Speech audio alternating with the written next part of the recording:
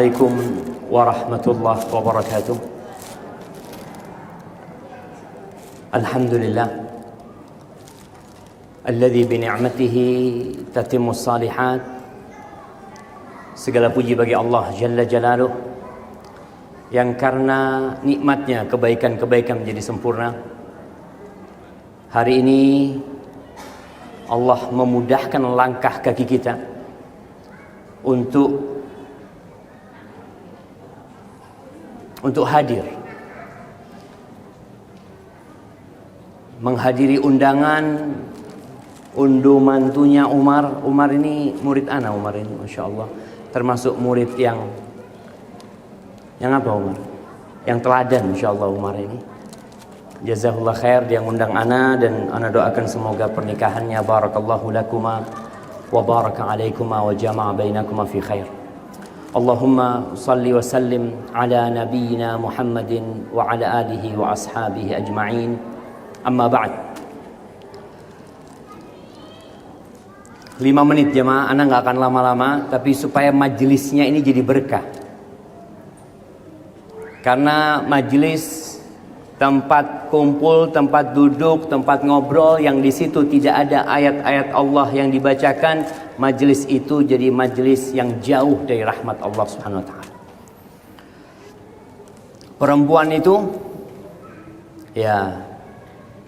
Perempuan itu tahu diri dia sendiri. Tapi kadang-kala dia lupa. Ada sebuah kewajiban terbesar bagi seorang wanita yang itu dicintai oleh suaminya. Apa? Perempuan ini membesarkan dan mendidik anak-anaknya dengan cara yang baik dan benar. Rasul sallallahu alaihi wasallam tatkala mengatakan kullukum ra'in wa kullukum mas'ulun an ra'iyatihi. Semua adalah pemimpin dan semua dimintain pertanggungjawaban atas apa yang dia pimpin. Seorang suami pemimpin, dan ternyata wanita juga pemimpin.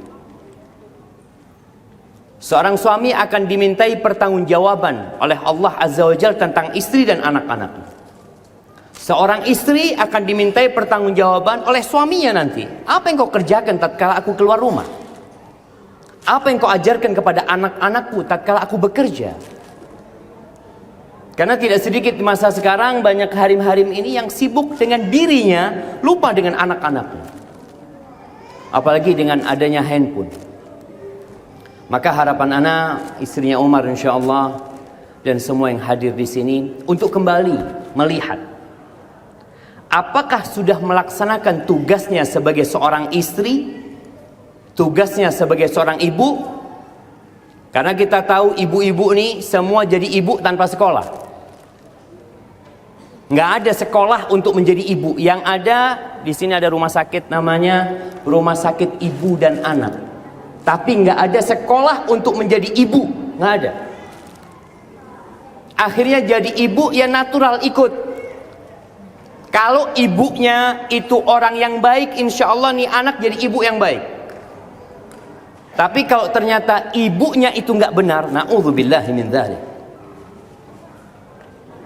Ana mendengar curhatan seorang perempuan yang dia menangis, hatinya teriris-iris melihat ibunya, na'udzubillah min dzalik. Dia sampai malu mau bercerita tentang ibunya dia. Tapi bagaimana itu ibu dia harus berbakti kepada ibu. Maka ingat para ibu, karena memang engkau nggak pernah sekolah tentang keibuan, belajar bagaimana menjadi seorang ibu yang baik.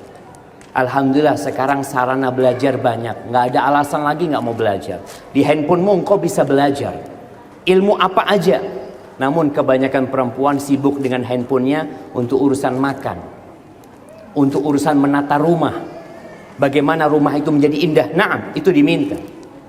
Tapi ketahuilah ada sesuatu yang lebih besar yang seharusnya dipersiapkan oleh ibu-ibu, yaitu menyelamatkan diri ibu sendiri bersama anak-anaknya, tentunya bersama suami dari api neraka. Kebanyakan perempuan itu di neraka. Insya Allah semua sudah tahu. Rasulullah Sallallahu Alaihi Wasallam pernah mendudukkan istrinya satu persatu.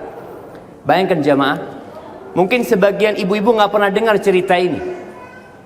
Nabi itu orang yang sangat pengasih, tapi beliau pernah mendiamkan istrinya 1 bulan.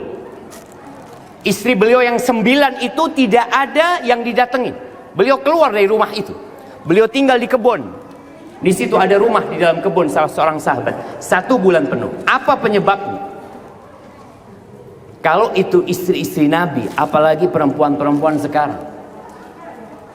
Ternyata istri-istri Nabi itu meminta tambahan nafkah. Mereka ingin hidup bermewah-mewahan. Ada keinginan untuk itu fitrah manusia.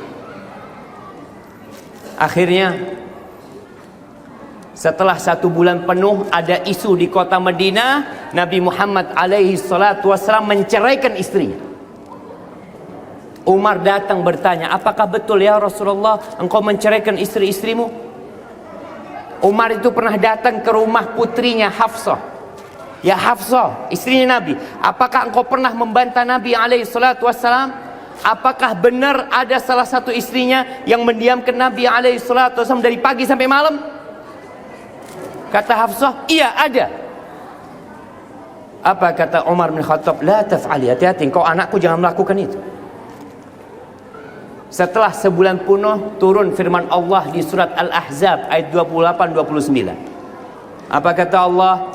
Ya ayyuhan nabi qul li azwajik, wahai Nabi, katakan kepada istri-istrimu, in kuntunna turidnal hayatad dunya wa zinataha fata'alaina umatti'kunna wa usarrihkunna sarahan jamila. Kalau yang kalian inginkan kehidupan dunia, yang kalian inginkan adalah gelang yang menghiasi tangan, cincin yang berada di jari-jari, semua perhiasan kehidupan dunia, baju yang bagus, rumah yang bagus. Kita tahu rumah Nabi SAW sejak beliau ke kota Madinah sampai mati, luas rumahnya hanya 5 x 5. Istri Nabi susah hidup. Kalau yang kalian inginkan kehidupan dunia dan perhiasannya, apa kata Nabi SAW? Fata'alaina, kalian kesini, umatti'kunna wa usarrihkunna sarahan jamila. Aku akan kasih pesangon. Istrinya mau dikasih harta, udah ini kasih fulus. Setelah itu selamat tinggal. Aku akan ceraikan kalian dengan perceraian yang baik. Nggak bisa bersama jalan. Ketika istri mau ke neraka, yang suami mau ke surga. Ketika istri sibuk ngurusin dunia, suami mau ngurusin akhirat. Nggak akan bisa jalan bersama. Makanya Nabi berpikir, kalau nggak mau selamat tinggal. Sampai Allah Azza wa Jalla mengatakan, kalau engkau menceraikan mereka, Allah akan kasih ganti perempuan yang lain yang baik. Asa rabbuhu in talaqakunna ayyubdilahu azwajan khairan minkunna. Banyak perempuan-perempuan yang baik. Kalau memang mereka nggak mau diajak kepada Allah, selamat tinggal. Wa in kuntunna turidna Allah wad-dar turidna Allah wa rasulahu wad-dar al-akhirah. Tapi kalau yang diinginkan adalah Allah dan Rasul. Kita ini ngaku cinta sama Allah dan Rasul, tapi kebanyakan kita bohong.